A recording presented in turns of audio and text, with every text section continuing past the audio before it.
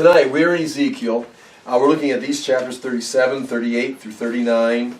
Chapter 37 is the dry bones, and it's the restoration of Israel. I think it's something that they've been talking about since all the way through the prophets, that Israel's going to be restored in the end times at the end. It's never happened before. As we read through these, I've got many questions about this. Different opinions, especially in chapter 38 39, you're going to have Gog, the battle of Gog and Magog, a battle that has never taken place. There's like 8 different views on how to interpret that. And as I read that, I almost want to switch my opinion on it, where it's been before, as you read through it, especially when you see this sequence. Chapter 40, it talks about the temple. Ezekiel's going to measure the temple that is. This is not Solomon's temple or Herod's temple or the tribulation temple. This is the temple that is going to house the presence of the Lord when He returns. And that describes that for chapter 40, 41, 42. Chapter 43, the glory returns. This is the Lord coming into His temple, coming off from the Mount of Olives. And then chapter 44 through 48 describes the land and the city and the lifestyle of that kingdom age, chapter 44 through 48, including in chapter 47, a river that forms or begins the source in the temple and flows out into the city, connecting the Mediterranean Sea to the Dead Sea, so that water runs all the way through and out the bottom of the Dead Sea to the Gulf of Aqaba. So in a sense, Jerusalem becomes a seaport city with this major river that comes out of there. So you're reading now. As you go through this, again, you want to approach this with an open mind. And one of the ways of looking at it is it's all symbolic, it's all representing some other truth, that someday it's all going to work out, we all go to heaven or whatever. Or else you can see this as, actual history that hasn't happened yet. And I tend to see this as, especially when you get to the dry bones, the restoration of Israel, that is something that's going to take place yet in the future. This restoration, these dry bones that we're going to read about are not, well, it could be, but I don't think it's something that has happened yet, because Israel's back in the land. Maybe that's what they're talking about. That could be. It's a sign that things are still happening, but it appears to be something yet in the future of a restoration. And as we read through this, keep that in mind. When we get to chapter 38 and 39, I'll give you some ideas on when this could take place. You may have an idea of when this battle takes place. I don't think it's ever taken place historically, what we see in chapter 38 and 39. And then you can see the sequence, the restoration of Israel, a major battle against Israel, who's been restored, then the actual temple that is going to be rebuilt, not for the tribulation, but the actual restoration of the temple that will be filled with the presence of the Lord. And then the land that reestablished with Jesus as the king. And again, the Ezekiel doesn't talk about Jesus as the king. It's talking about the king, the Messiah, which that's who Jesus is. But again, we don't know that yet in these verses. And just continues. And the name of the city, at the end of the book, if you want to see the end of the book, go to chapter 48, the last thing. The last thing in this book, just like remember how Isaiah ended with, and they'll go out and look at the dead bodies.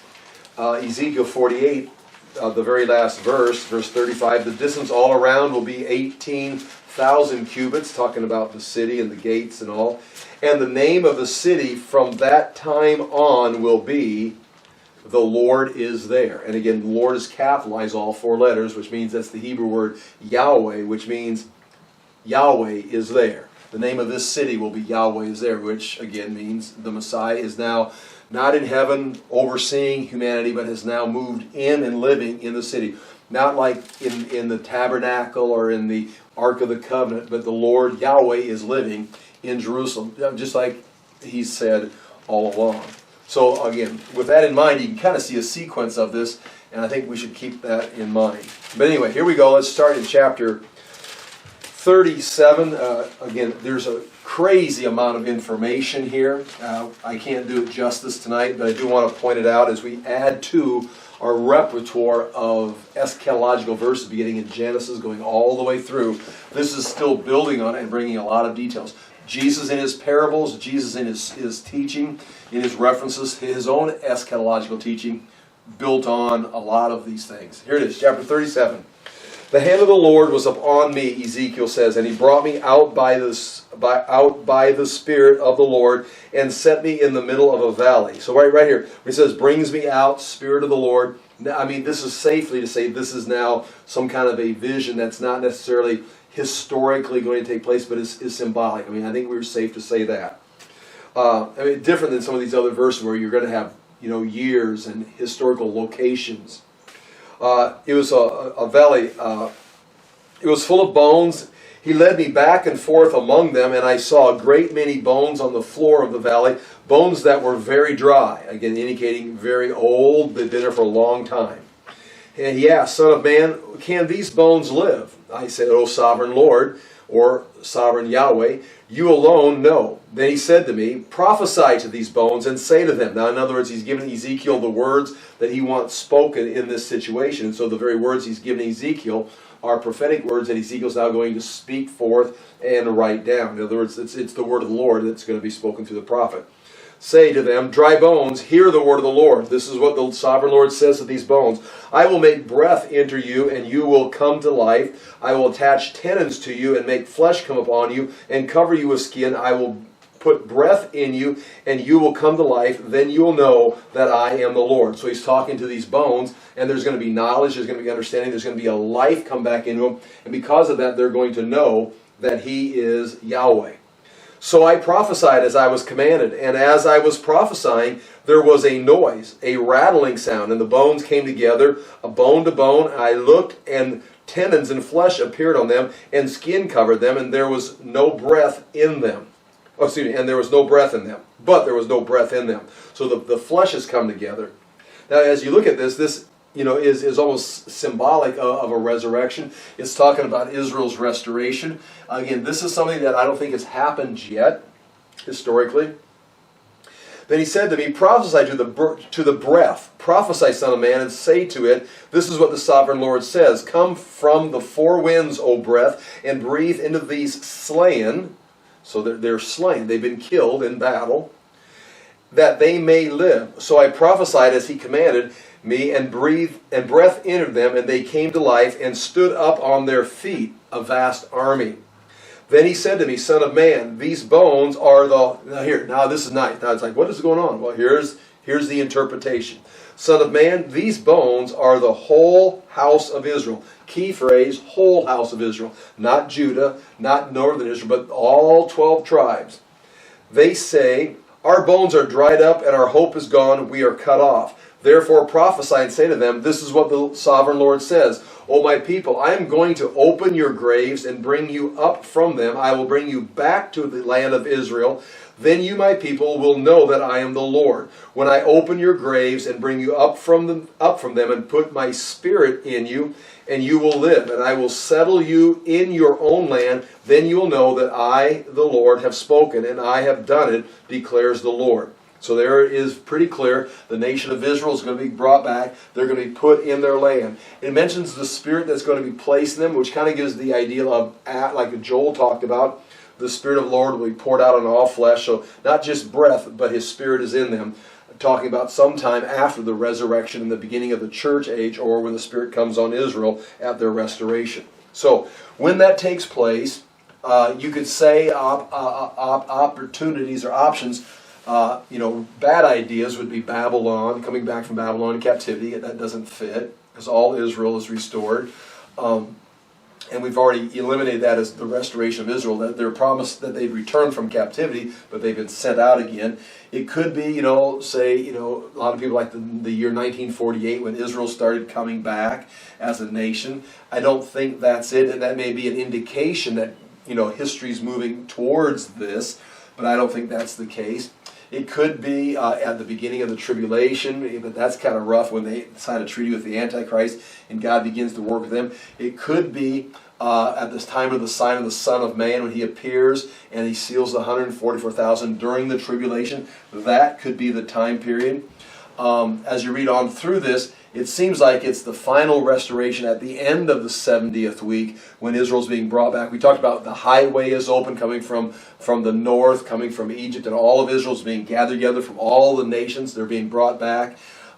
that seems to be the time I would go with, is at the end of the 70th week, they're all being brought back into the land of Israel after the sign of the Son of Man has appeared. They realize who the Messiah is, and he brings them back again. Not all these things you kind of put the pieces on the table, but how it all actually fits together, we're not sure. Now but it is a nation of Israel coming back alive. And notice some absolutes. Their flesh is being brought back. It's not in a spiritual context. They are talking about the land. Whenever they talk about the land, it's the land of Israel. It's not the land of heaven represented by the land of Israel. It is the land of Israel. These seem to be absolute, solid things. So for people today in the church to start saying, well, the church is fulfilling all of this spiritually, or we're going to go to heaven, it really doesn't do justice to what we got here, some 10 chapters here in Ezekiel, and supported in other prophets of the actual fulfillment taking place, plus the covenant with Abram, and that I'll give you this land. Nowhere do you get the impression it's symbolic. So nonetheless, we continue. The word of the Lord came to me in verse 15, Son of man, take a stick of wood and write on it, belonging to Judah and the Israelites associated with him, or belonging to Judah. Then take a second stick, another stick, and write on it, Ephraim stick, belonging to Joseph and all the house of Israel associated with him. So basically what you got is a stick that represents the southern nation of Judah, and another stick that represents northern Israel called Ephraim. And at this time, Ephraim went into dispersion in 722. Babylon has taken Judah into captivity at this time. So both of these 12 tribes, or these two nations, are dispersed or in captivity. There's nothing there. They consider themselves, unless they've got faith in what Jeremiah the prophet has said and other prophets, Israel's in captivity or dispersed. They've completely given up on any promise of God. You can understand how they could be very skeptical. They could be very secular. It's like, we're done. There's no truth to any of this. But he's supposed to take two sticks. He says, join them together into one stick. In other words, hold them in one hand, it appears, so that they become one in your hand.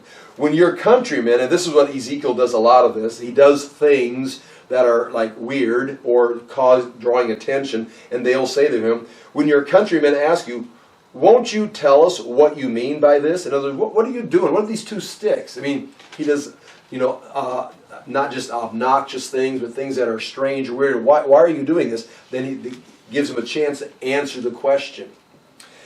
Say to them, this is what the sovereign Lord said. So that's what it's all about. I am going to take the stick of Joseph, which is in Ephraim's hand, and of the Israelite tribes associated with him, and join it to Judah's stick, making them a single stick of wood, and they will become one in my hand.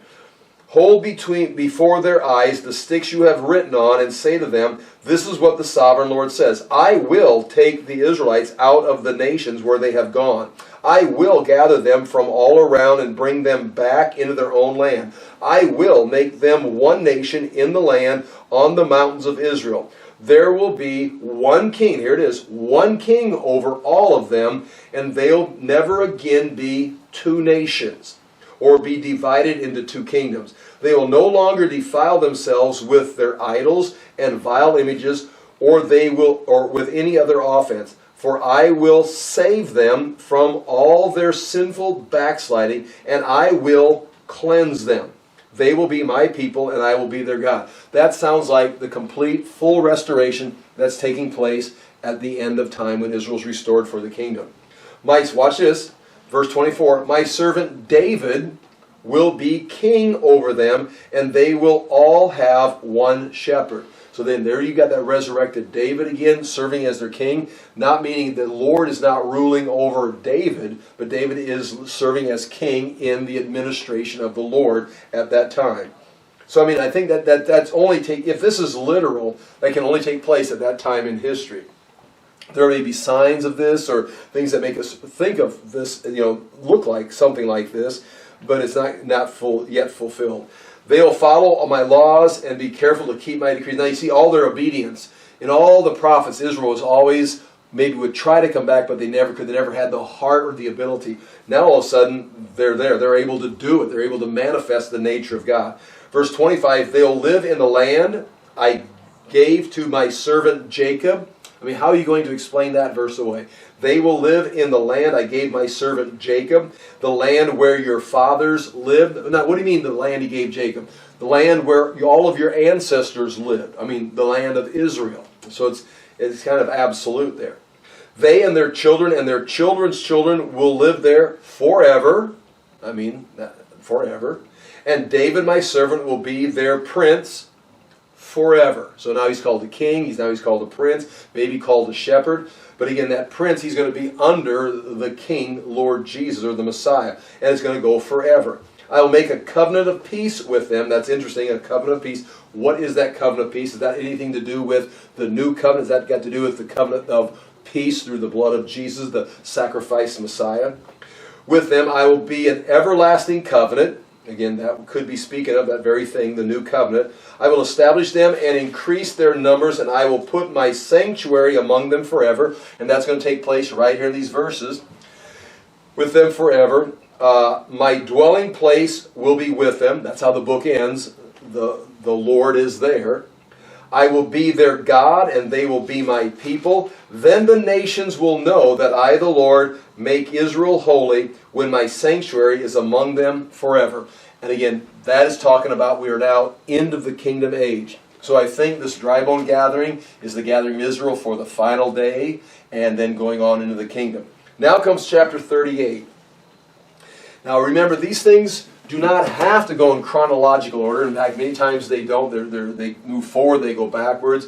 They're just pieces that are put together. But this does seem to have a flow to it. So I think we should at least consider that this is when this could take place, this battle of Gog.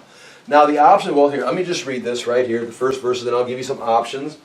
The word of the Lord came to me, Son of man, set your face against Gog of the land of Magog, the chief prince of Meshech and Tubal. Prophesy against him and say, this is what the sovereign Lord says. I am against you, O Gog, chief prince of Meshech and Tubal. I will turn you around, put hooks in your jaws, and bring you out with your whole army, your horses and your horsemen, fully armed, and a great horde with large and small shields, all of them brandishing their swords. Then it says, Persia and Cush, that is today Iran and Ethiopia, and Put, that's Libya today, will be with them, all their shields and helmets, also Gomer, that's northern, I'll show you where these nations are, with all their troops, and Beth Gorma, which is Armenia today, from the far north, with all its troops and the many nations with you. Get ready, be prepared, you and all the hordes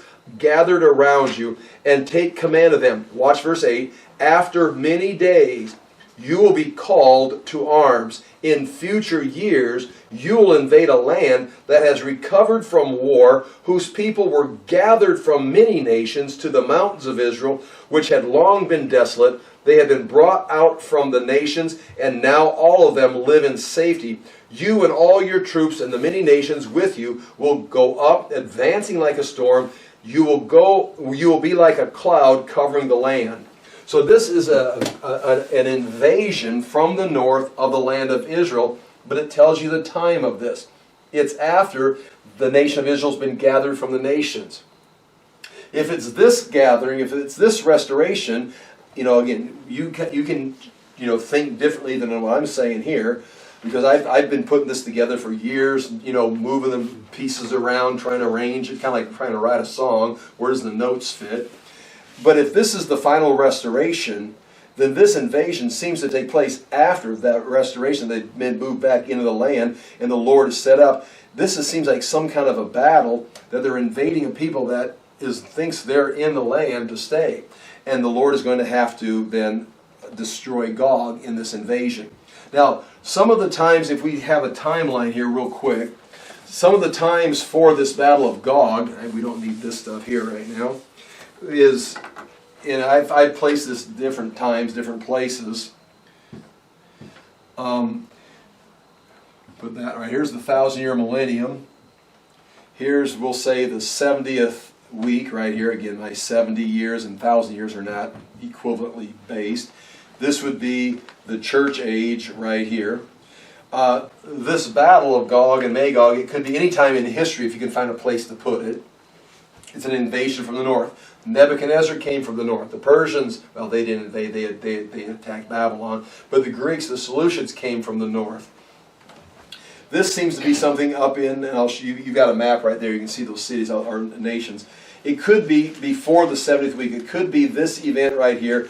I've often wanted to put it right here, the Battle of Gog, because that would set the stage they're going to be defeated. And if this would be the Antichrist coming from the north, they're defeated by Israel, which would force them to make a treaty with Israel, which takes place right here. So I like what we would say pre-trib invasion of Gog, because they're defeated. Then they have to go off somewhere else to make war, which would be the Western world. Give Israel the Temple Mount, and the Antichrist, who is defeated here, which would be Gog, makes a treaty with Israel for 7 years. And the number 7 comes up in this chapter. Israel's going to use the fuel they gain, or the weapons they gain from this, use it for fuel for 7 years. So that works. But that would mean Israel's going to have received this peace, and they're going to be called back to the land before the 70th week begins. And that could fit. I've talked about that before. Others see this taking place, it would be sometime in the middle of the tribulation right here. Like when the Antichrist reveals himself as the abomination of desolation, and then Israel goes off and hides, and that's when that would take place. That doesn't fit so good because Israel now in hiding for the rest of the 70th week. Some would see this at the end right here. And this would be the Battle of Armageddon, that all the nations are being gathered together for this invasion. So the Lord is going to be gathering Israel here during this time period. And they're settled in the land, not for very long. I mean, we're just talking a few months, at the most, weeks maybe. And then a huge Armageddon battle, or the Battle of Gog, takes place, and they're completely eliminated. Sometimes if you almost see the tribulation as having been ended, the restoration is full. They're in their land, restored from years of desolation, and now they're living in the kingdom age. And somehow, after, whatever remains of the nations, they regather and come out and march against Jerusalem and Israel. At this point, sometime after the 70th week, at the beginning of the 1,000 years, it could take place there. I mean, all of these are like, where does it take place? Clearly in Revelation 20, at the end of, and you can read this, and we will eventually, at the end of the 1,000 years, Gog and Magog are gathered together. Satan's bound up for this 1,000 years, and there's a 1,000-year kingdom. If it's a literal 1,000 years, I like that. But again, you can keep that in mind. How long is that? But for the millennium, Satan is locked up, bound, but he is released at the end of the 1,000 years, and immediately goes off and deceives the nations and gathers Gog to come march against Jerusalem, and they're consumed. Fire comes out. They surround Jerusalem, and fire falls out of heaven, consumes them, and that's the end of Gog. Now that whole thing, I mean, why is Satan released? Why does Gog reappear at the end of 1,000 years? Why does that take place? But that is clearly in the book of Revelation chapter 20. Is this chapter 38 the same thing as Revelation 20? That has to be a serious consideration, because they're talking about a battle with Gog coming into Israel. So we now will read this and take a look at it again. I like this right here. That it's before, that kind of sets up the reason for because Israel defeats, through God, Israel defeats this invasion. And if the invader is the Antichrist, he goes somewhere else to make war and conquer other nations. And Israel has a 3.5 year peace treaty with him and worships. But at the end of the 3.5 years, that treaty is broken. So that could be it. As I read this, it's like, I don't know if I really agree with that. I'd like that to work. As I read it, it actually sounds more like Armageddon and the total destruction that takes place. And this is just another description of the final battle. And how many battles are here? I mean, as you read through Revelation, there's a series of battles. Or if you want to call it a war, with a number of battles taking place. It's not just one big battle on one Sunday afternoon. There's skirmishes, there's battles, there's major events, there's regrouping. All these things taking place, so somehow it might fit in there. It definitely ties in, at least the personalities or the spiritual forces ties in with Revelation 20 of another event that takes place. And then I'm wondering if I don't fully understand the interval between the end of the 70th week in the beginning of the 1,000 years, because there are some dates, even in Daniel, there's days that are given here in Daniel on, blessed is he who makes it to this day after the return of Christ, because there's there's events taking place between the end of the 70th week and the actual beginning of the millennium. There's events, there's judgments, there's cleansing of the land, there's all kinds of things taking place, and possibly this takes place there. Anybody want to say something about that? Is there any reason why the 1948 cannot be the Valley of Dry Bones restoration? Well, just because when you read that, it sounds more glorious than 1948. 1948 was a political event. It was, I think it's setting the stage for it, and indeed it could be. But the way that reads in chapter 38, it just sounds, it sounds like the restoration Hosea promised. It sounds like the restoration Isaiah and Jeremiah were talking about. And they weren't talking about 1948. They're talking about where the sin is removed, it's blotted out, they're restored, the fountains open, Zechariah, and they're back in, they're being obedient. If it's 1948, that would mean, if all those prophets were talking about that, or even Ezekiel, that would mean Israel's now walking in like a full open heart towards the Lord, walking in obedience. And yet, since 1948, as a nation, they're rejecting Jesus Christ. They're rejecting what we would say is the Messiah. So that I would say that's worth considering. It's a sign, especially when you consider what they understood in the Middle Ages. That there's no Israel, and they're trying to figure stuff out. And there's not even a nation. And now Israel's actually, when we say this, you can at least ask that question. In 1848, you couldn't even ask that question because there's no Israel. But now at least you can say, could it be 1948? Well, Israel is a nation now, And so we see a history kind of circling around this. So I would say right now no. Yeah, but if you have the Gog-Magog war right before the 7-year tribulation starts, wouldn't 1948 have to be the? If we're going to we're going in chronological order, Yeah. right? Yeah. But are we going in chronological order? Yeah. And I think these chapters seem to be in chronological order. There's the restoration. There's the attack of a people that return from peace. But if that's the case, if this is like what I want, then I'm going to have the restoration before this. Yes. But unless it's going to be circular. But I don't know if this is what I like to teach. But I don't know if that fits, because when we read this, it sounds like something, and this is just fictional of that taking place here. You don't have to have a battle before the signing of a peace treaty. I just put it in there. But if 1948, but I think we're really dumbing down chapter 38 or chapter 37, saying it's 1948. And I'm really being fictional when I say this is the Antichrist, because I'm trying to squeeze it in to help cause a reaction. Especially when you look at these. Well, look at these countries. These countries are right here on this map. On the bottom of the first page from notes last time. Land of Magog. Now, Ma in Hebrew, M-A in Hebrew means place of, and then Gog is a leader. So Magog simply means the place of Gog, or it'd be the home of Gog. Gog is a son of Japheth, which is one of Noah's descendants. So this would be a land, and it was settled. Meshech and Tubal, it's right up in that area. That's the historical locations where those people settled. Going back, looking in Genesis 10, but also looking at other historical references, that's the people that are settling.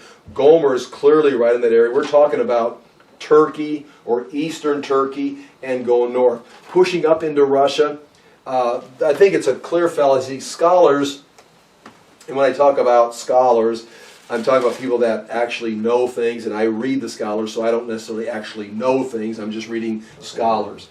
But I've even made some changes in my Bible. For example, in chapter 38, I haven't made changes in my Bible. Sorry. Sorry. I've made changes in the notes in my Bible that I've written in the 1980s.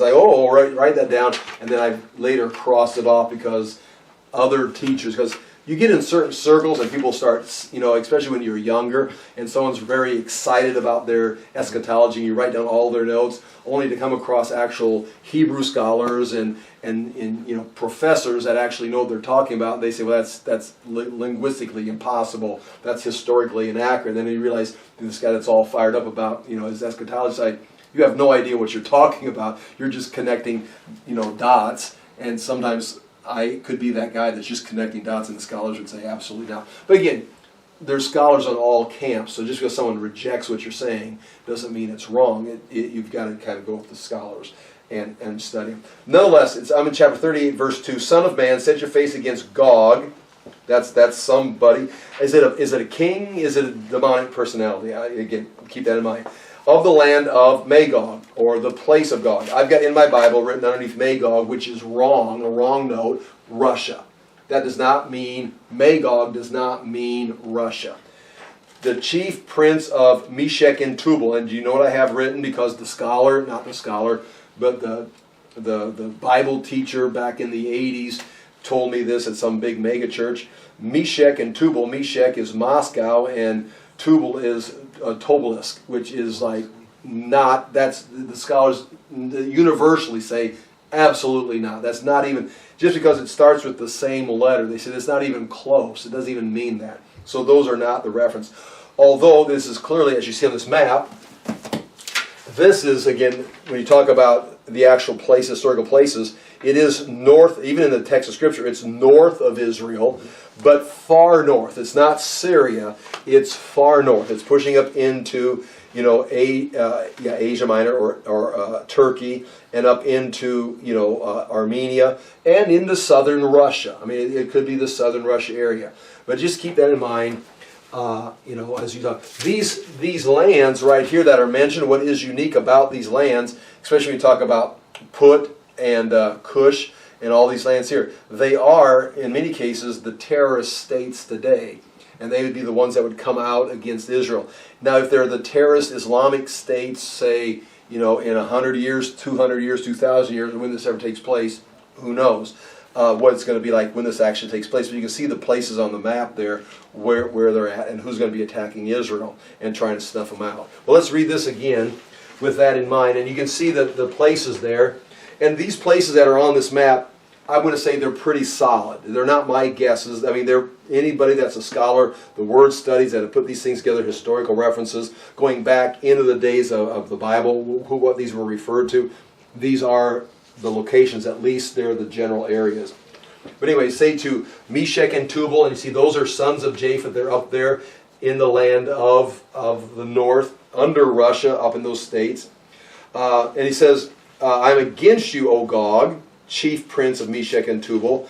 I will turn you around and put hooks in your jaws. In other words, at this point, I'm going to drag you into a conflict with Israel. You've been in rebellion all this time, and now it's time for you to step into the trap and be eliminated. And they don't really have a choice right here. Now, this is not God in His sovereignty bringing judgment on somebody that is, innocent. This is someone that's been in rebellion towards God, and now He says, okay, it's time. I've been holding you back. Now it's time to bring you down here and end it. Talks about all that they bring with them. Then, Persia, that would be Iran, comes with them. And Cush, that's Ethiopia, like I said. And Put is Libya. All of them with shields that are coming in weapons. And, Beth Togarma is Armenia. From the far north with all its troops. Get ready, be prepared. And the key right here in verse 8, after many days, and the next line, in future years. That's a reference to, those are eschatological terms. After many days. I mean, it's not going to be in 70 years. It's not going to be, in the near future. It's not going to be it's in the distant future. It's almost like saying eschatological. This is at the final events. We'll invade a land that has recovered from wars. There it has recovered from war. What war is this? Is this just like, 2,000 years of being dispersed? Is this a war that's taken place during the tribulation? Is this, the Roman wars? What wars? But nonetheless, there it is. I mean, I can't always say the answer, but there it is. Recovered from war.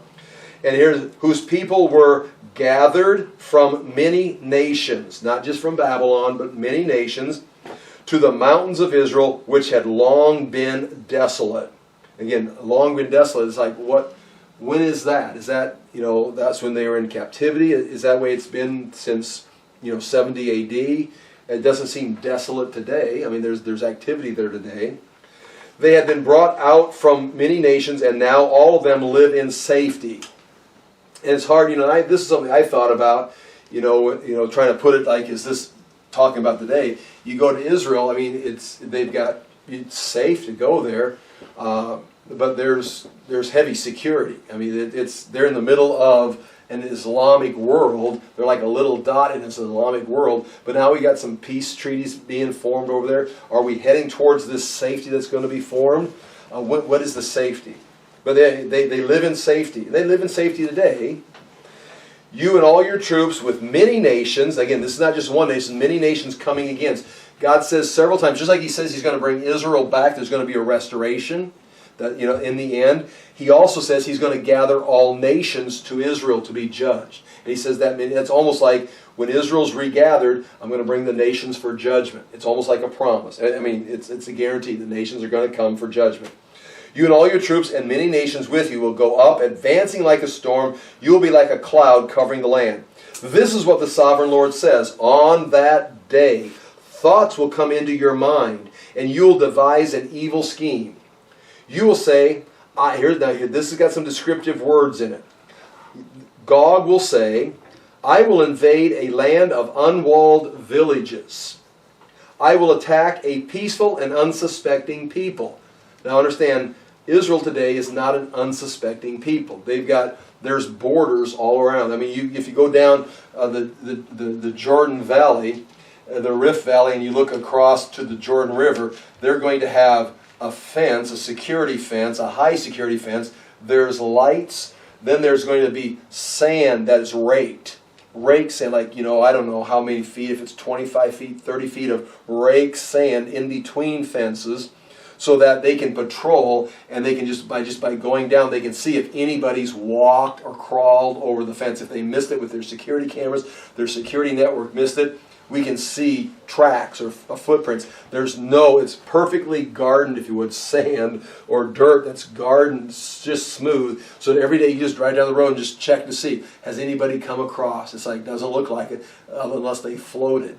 And so they're suspecting of invasion all the time. So again, keep that in mind. An unsuspecting people. That would fit this right here. The Lord has returned. They're in the land. They're unsuspecting. That would fit. Does it fit here? That verse doesn't fit here. Now again, I want it to. Amen. I want it to. This is what I want to play with my time chart here and put it right here. But unless something's going to happen where they become unsuspecting. Maybe they make a peace treaty with the Antichrist. Now they're unsuspecting. But now you got the Antichrist, violating, just put it in the mid-trib.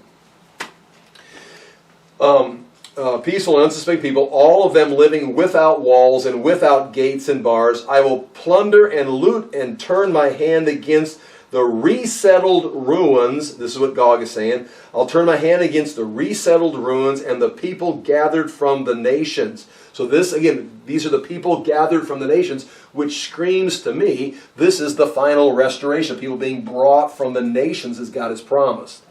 Again, if that's the case, this should keep working and making sense.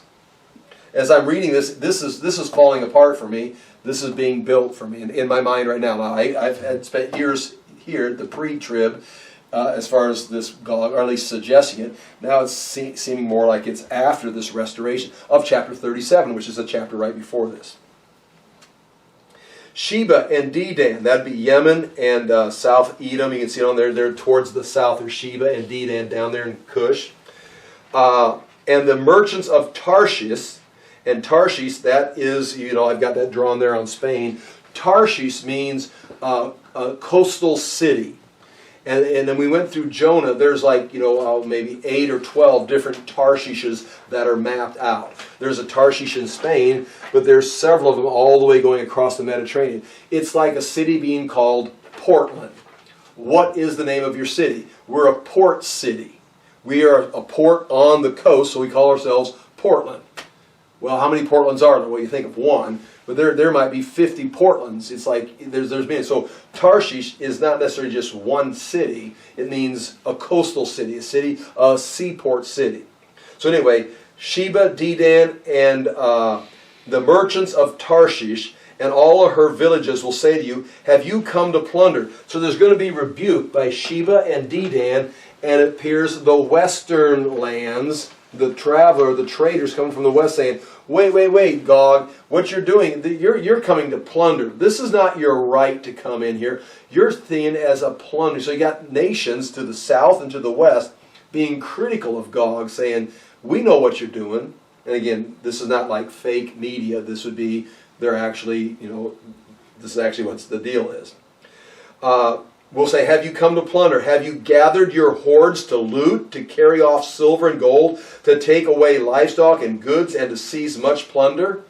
They say, we're coming down with whatever they've got here, wherever you're at in history, we're coming into Israel to take what they've got. Israel now has something that the northern nations want. Therefore, son of man, prophesy, say to Gog, this is what the sovereign Lord says. Now, this is the decree that Ezekiel's supposed to proclaim back in 580 against this event that is yet future, I believe, even in our day. This is what the sovereign Lord says. In that day, when my people Israel are living in safety, will you not take notice of it? You will come from your place in the far north, you and many nations with you, all of them riding on horses, a great horde, a mighty army. You will advance against my people Israel like a cloud that covers the land. In days to come, O Gog, I will bring you against my land, so that the nations may know me when I show myself holy through you before their eyes. So in other words, there's nations. You can see Sheba and Dedan to the south. The villages and the traders from Tarshish are watching, and they've seen the Lord restore Israel, and Israel's living in peace. And they're saying, oh, wow, this looks like the Lord is doing something. Now keep this in mind. When we think about the Lord returning and setting up Israel and going into his, setting up his kingdom, we think of, and again, keep this balance, that everyone just goes, ooh, ah, I guess that's the Lord. Here it is. But if it's going to proceed like, remember when the sign of the Son of Man appears, they end up hiding from him and then trying to lead a rebellion against him. It's not like, oh, well, we were wrong. It's like they're just like Pharaoh saw the signs, his heart remained hard and got harder. And so when the sign of the Son of Man appears, Israel's going to recognize it, but the nations are going to regroup and come against it for a period of time. Maybe for several months, they're going to come against him. And so now, if the Lord comes back and he's won some battles, he's in Israel, and the western and the southern nations are looking, going, wow. Remember, all the nations are going to stream to Jerusalem for knowledge. But these kingdoms to the north are like, yeah, we're not going to go with this. This is just a moment in history. If we can somehow overcome this, and they may actually be thinking, and they will think that at the end of the millennium. In Revelation 20, Satan goes off and deceives the nations again. And the first thing they do is say, let's attack Jerusalem and get rid of this king. Now, it's ridiculous. You think it's ridiculous. Why would you think that after 1,000 year or this millennial kingdom that you could revolt? Well, Satan deceives them, and they actually try it at the end. Are they trying it here now at the beginning? Israel's been restored from the nations. They're in a peaceful land. The west is watching. The south is watching. They're getting ready to come and start learning the ways of the Lord and fill the whole earth with his knowledge. But the kings of the north, Gog says, no, not on my watch. I've been fighting this for years. We're going to attack this and take this and make this kingdom that they think is theirs and turn this glorious millennial kingdom into our kingdom. Is that what they're thinking? I mean, it appears that way. Meaning they've had a chance. They've had a chance to come in line. Again, what I'm saying would be this. When the Lord returns and sets up his kingdom, it's not necessarily just this line drawn. Here's the kingdom, and these are casting out of darkness. They even have periods of judgment where the sheep and the goat, they separate them. Is this part of that separation? Meaning you've had a chance to come, but you're actually going to, instead of coming and repenting, instead of coming and paying tribute, you're going to try to come and take the king. You're kidding. You're going to try to take the kingdom. He says, and I know your hearts haven't changed. Just like Pharaoh's heart hasn't changed, so I'm going to harden your heart and bring you down, and I'll destroy you. And all these kin from the west and the south are watching. What are we going to do? Well, why don't you guys come down and attack, and I'll show them.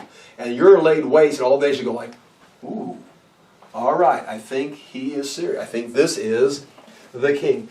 Does that make sense? Meaning, when you look at it historically, when you look at it in a Sunday school way, boom, the flash of light, there's Jesus, and everybody's saved, or everybody converts, or but if it's a historical event, the new king comes, some strange things happen in the atmosphere. Now he's in Jerusalem, and now you got nations on the fringes saying, what are we going to do?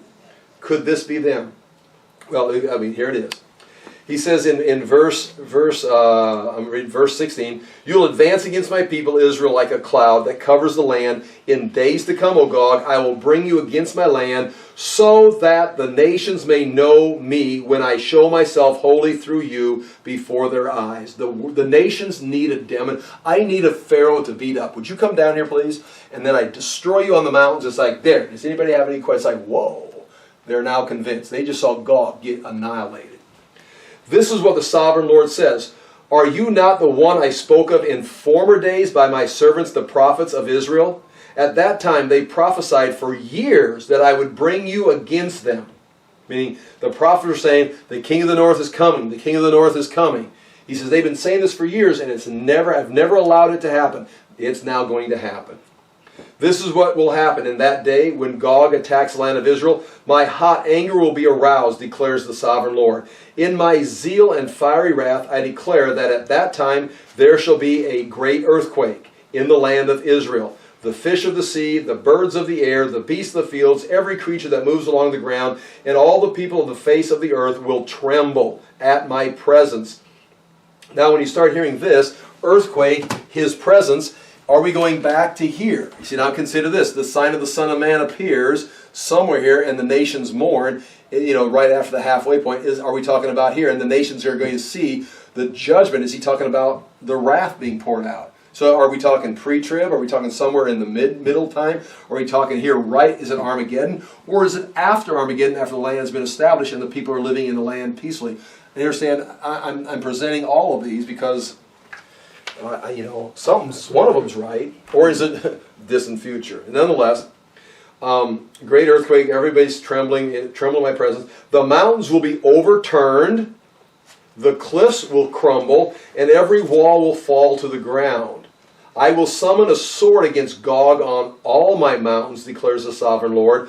Every man's sword will be against his brother. In other words, Gog's armies, they're all the nations, and they're going to start turning on each other, trying to figure out what's going to... There's going to be confusion. Just like you see in Old Testament accounts of battles, there's confusion in the ranks, and they end up fighting each other, especially in a mixed army, mixed military, where you got nations coming together. They're not sure who's on whose side, and they all just slaughter each other. We saw that multiple times, or at least several times in the Old Testament. Something like that seems like it's going to happen. Every man's sword will be against his brother. I will execute judgment upon him with a plague and bloodshed, so some kind of a plague. I will pour down torrents of rain and hailstones and burning sulfur on him, on his troops, and on every nation and all the nations with him. And so I will show my greatness and my holiness, and I will make myself known in the sight of many nations. Once again, it's a display. Israel already knows him. Israel already knows they're in the land peacefully living with him. The nations are on the outside watching, so he brings in Gog so the other nations can make a decision. There, you see, this is me and Israel. Okay, this is me and Gog. That's what happens to Gog. Now do you have enough information? And those who live in safety, okay, you will fall in the open field. Now, let me go back and read this. Your troops and all the nations with you. I will give you as food to all kinds of carrion birds and to wild animals. You will fall in the open field, for I have spoken, declares the sovereign Lord. I will send fire on Magog and on those who live in safety in the coastlands, and they will know that I am the Lord. In other words, there's going to be fire. Did I jump ahead? Where was I at? I got to 30, in the 38, Yeah, and then you right at the ended end in of something. 38. Okay, yeah, so I jumped ahead. Okay, and they will know that I'm the Lord. Okay, so we're just beginning chapter 39, right? Because I started way over. Okay, so we're in chapter 39. Continuing, the Son of Man, prophesy against Gog and say, this is what the sovereign Lord says. I am against you, O Gog, chief prince of Meshech and Tubal. I will turn you around and drag you along. I will bring you from the far north and send you against the mountains of Israel. Then I will strike your bow from your left hand and make your arrows drop from your right hand. On the mountains of Israel you will fall, you and all your troops and the nations with you. I will give them you as food to all kinds of carrion birds and scavenger birds and to the wild animals. So in other words, they've just got just dead bodies scattered all over Israel. You will fall in the open field, for I have spoken, declares the sovereign Lord. I will send fire on Magog and on all those who live in the safety of the coastlands, and they'll know that I am the Lord. In other words, it appears they're going to die, but back on their homelands or something, there's going to be fire break out. How that happens, some people say if Israel's retaliating with some kind of nuclear weapons, that they'd be all. If that's happening to them, there's it's what they call it, the Samson initiative. When they die, they're all going to die. I don't know if that's what that's. But anyway, something happens back in their homelands. I will make known my holy name among my people Israel. I will no longer let my holy name be profaned, and the nations will know that I, the Lord, am the Holy One in Israel. It is coming. It will surely take place, declares the sovereign Lord. This is the day I have spoken of. Then those who live in the towns of Israel will go out. Now here's what happens. Now the battle's done, and now this is the cleanup. This is why you look at this as being a literal event. Then those who live in the towns of Israel will go out and use the weapons for fuel and burn them up, the small and large shields, the bows and arrows, the war clubs and spears. For 7 years they will use them for fuel. See, now when you hear that 7 years, but they're going to gather all of Gog's nations fell, but they leave all their weapons there on the mountains of Israel. So they just go and roll all these weapons and demilitarize them and turn them, like they said, turn the weapons into farming equipment. Here they turn the weapons into fuel, and that's where you get for 7 years. Well, I've used this before. That's a 7-year period, so that's why it takes place here, because they're going to use it for 7 years for fuel. Again, that's not a slam dunk, but I've always made that connection. If it's over here or wherever, they're going to use those weapons for fuel for 7 years. There's going to be 7 years worth of fuel in those weapons. Are they nuclear weapons? They're going to be reversed or something. I'm not sure if that's even possible. 7 years, verse 10, they will not need to gather wood from the fields or cut it from the forest, because they will use the weapons for fuel, if you didn't understand it the first time. And they will plunder those who plundered them and loot those who looted them, declares the sovereign Lord. On that day I will give Gog a burial place in Israel, in the valley of those who travel east towards the sea. Okay, here's what happens. There are so many dead bodies. It's going to take months to clean Israel up after this. And that falls in good with that time period after the return of Christ and the beginning of the millennium. There's this cleanup time. There's a period of judgment, a time of evaluation. It just can't happen if it's historical, if it's in real time, it's in the real physical universe. It just can't happen in an afternoon. Jesus can't come back at noon to have the battles later on by 5 o'clock. We're having a picnic in the Kidron Valley. It's all we're in the kingdom. It's got to take a period of time to clean things up, especially if you read the tribulation. The world is dying at the end of the tribulation. But what this is now, here's the Dead Sea, the Jordan River. Up here's Galilee. Here's the. We always got to draw Megiddo, the Valley of Armageddon, right in here, or the Megiddo Valley. Jerusalem would be here. The mountains of Israel, they rise up through here. There's a ridge of mountains running right through here. So this would be called the mountains of Israel, coming right up through. Here's the coastal plain. It's flat, flat, flat. Then you start ascending into the mountain ridge coming right down the middle. Then you decline again, going down to the Rift Valley or the Jordan Valley. What they're talking about right here is a place right over here. That's where they're going to bury everybody. That's this place right here. It says, verse 11, on that day I will give Gog a burial place in Israel, in the valley of those who travel east towards the sea. It will block the way of travelers, because Gog and all his hordes will be buried there. So it will be called the valley of Hamon Gog. Or this is going to be called, where they're going to be buried here, it's going to be called the valley of the multitude of Gog. And this is going to be like a national cemetery or burial pit of all these bodies that are going to be drugged. They died in the mountains, and Israel's now defiled with all the dead bodies. They're going to have to gather them and bring them down there and bury them. Verse 12, for 7 months the house of Israel will be burying them in order to cleanse the land. So again, that goes with that idea. Whenever this takes place, they're not just going to, good, the armies are all dead. Yeah, they're all dead. Now you got 7 months of dead bodies to pick up. Everybody's on garbage duty or, funeral duty. All the people of the land will bury them. In other words, full-time, ready, get to work. And the day I am glorified will be a memorial day for them, declares the sovereign Lord. Men will be regularly employed to cleanse the land. Meaning, for those you're going to have government jobs of cleaning the land. Some will go throughout the land, and in addition to them, others will bury those that remain on the ground. At the end of the 7 months, they will begin their search. So now they've had, everybody's hired by this government or whatever, and everybody's just collecting bodies. They're just dragging bodies, shipping bodies down. Just nonstop cargo going down here to the valley of the multitude of God. And then after that, well, that's it.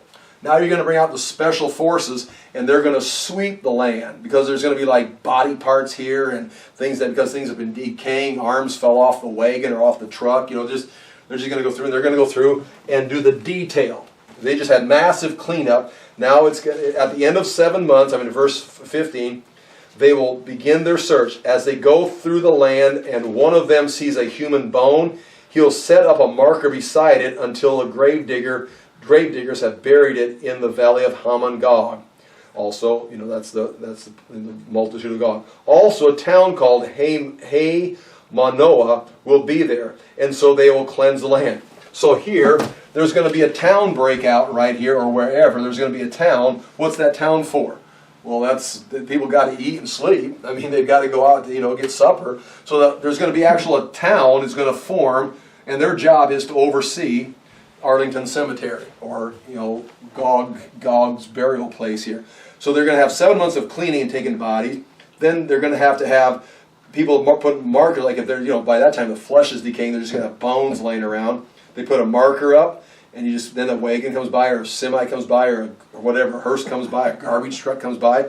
They're going to have special guys with hazmat suits or whatever picking up the bones, and then they still are going to be shipping down. Now the workforce is smaller, but it's going to be a permanent, full-time city is going to be growing right there, kind of like the gold rush.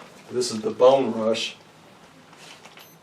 Also a town called Hay Manoah will be there, and so they will cleanse the land. Son of man, this is what the sovereign Lord says. Call out to every kind of bird and all the wild animals. We need help.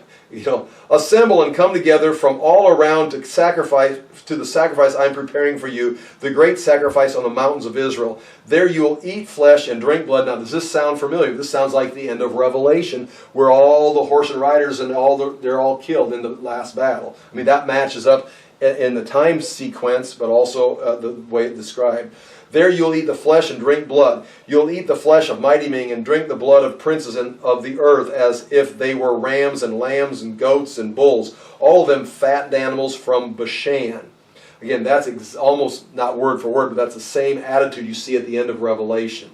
At the sacrifice I am preparing for you, you'll eat fat. He's talking to the birds. Fat till you are glutted, and drink blood till you are drunk. At my table you will eat your fill of horses and riders, mighty men and soldiers of every kind, declares the sovereign Lord, talking to the scavenger birds, not talking to humans. He's talking to the scavenger birds. But that's exactly what it says at the end of Revelation. There's going to just be, eating, drunk on blood and gorged with meat. I will display my glory among the nations, and all the nations will see the punishment I inflict and the hand I lay upon them.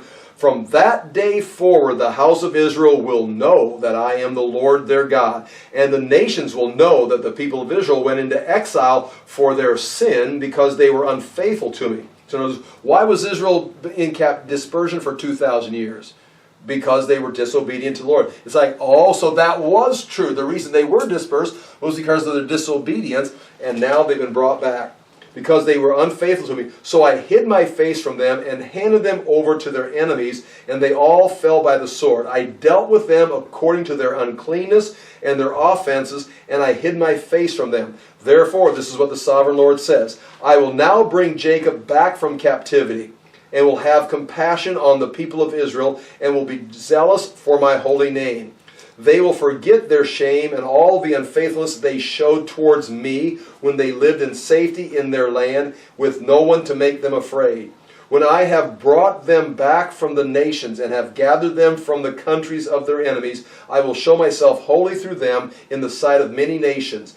Then all those nations are watching yet. Then they will know that I am the Lord their God, for though I sent them into exile among the nations, I will gather them to their own land, not leaving any behind. I will no longer hide my face from them, for I will pour out my Spirit on the house of Israel. That's the Holy Spirit. Sounds like redemption, declares the sovereign Lord. Now, chapter 40, we're going to stop it in chapter 40.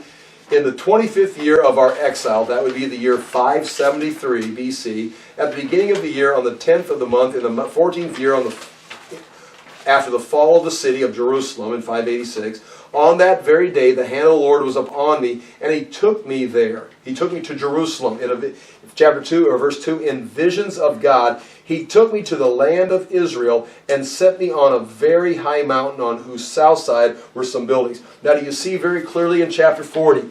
Very clearly in chapter 40, he says, he's talking about, he's in Babylon, or in the land of Babylon. He's in by the Keba River. He's taken in a vision by the Spirit of God and is taken back to Jerusalem. After it had fallen, he's now taken back to Jerusalem, but in a vision. Now he's seeing a vision. In this, he was talking about a historical event that's going to take place. Now he's taken back to Jerusalem, and now he's going to be shown the city on a very high mountain. And this city is the city of Jerusalem. It's fully inhabited, and now he's going to start talking about the city that's going to be the city that's where the Lord is going to dwell. And from here to the end of the book now, you've got about 8 chapters of him talking about, maybe 9 chapters, of him talking about this city, this land, and what's going on, the river that's flowing through it. He's talking about the millennial kingdom. So it's hard for me not to have this in a sequential sequence where you got the restoration of Israel, you got the battle of Gog, which seems to be after the restoration, with the Lord is now somehow present. And then after the battle of Gog, they get everything cleaned up, and then the nations see there's some kind of setting up of the kingdom, and then we describe all the details of that kingdom for about 8 or 9 chapters right here. You do not have to agree with that, but we do have to understand those verses. I think we've got historical events taking place, but also we're seeing things that are taking place in the future. Any other comments or questions? We'll pick up with chapter 40. The highlight is going to come, if you just want to look at it. I've got this in my Bible. See right there, you probably have that if you got a good Bible. That's what he's going to see the temple. There's the measurements of the temple. Great details of the temple there. But in chapter 43, it's chapter 43, then the man, that's the angel who's with him, brought me to the gate facing east, and I saw the glory of God of Israel coming from the east. He's going to see the Lord re-enter the temple from the east. Remember, he saw him in chapter 11, saw the Lord leave the temple and go to Babylon. He's now going to see him come back to the temple after several thousand years. So that's where we're heading, and we'll do that next. I'll pray. If you have any questions or thoughts, then please feel free to share them. Father, we do thank you again for this chance. We thank you for the opportunity to hear your word. We ask that we may understand, that we may take it to heart, that we ourselves would adjust our lives and our thinking to be in tune with your word, that we would honor you in our things we say, the things we do. And Father, we do ask again that we be able to share the good news with the world, that we be able to share the hope that we have in the God of glory who is returning, who's working history to his purpose. And we ask that we may be part of your kingdom in the future. In Jesus' name we pray. Amen. Hey, thank you for your time.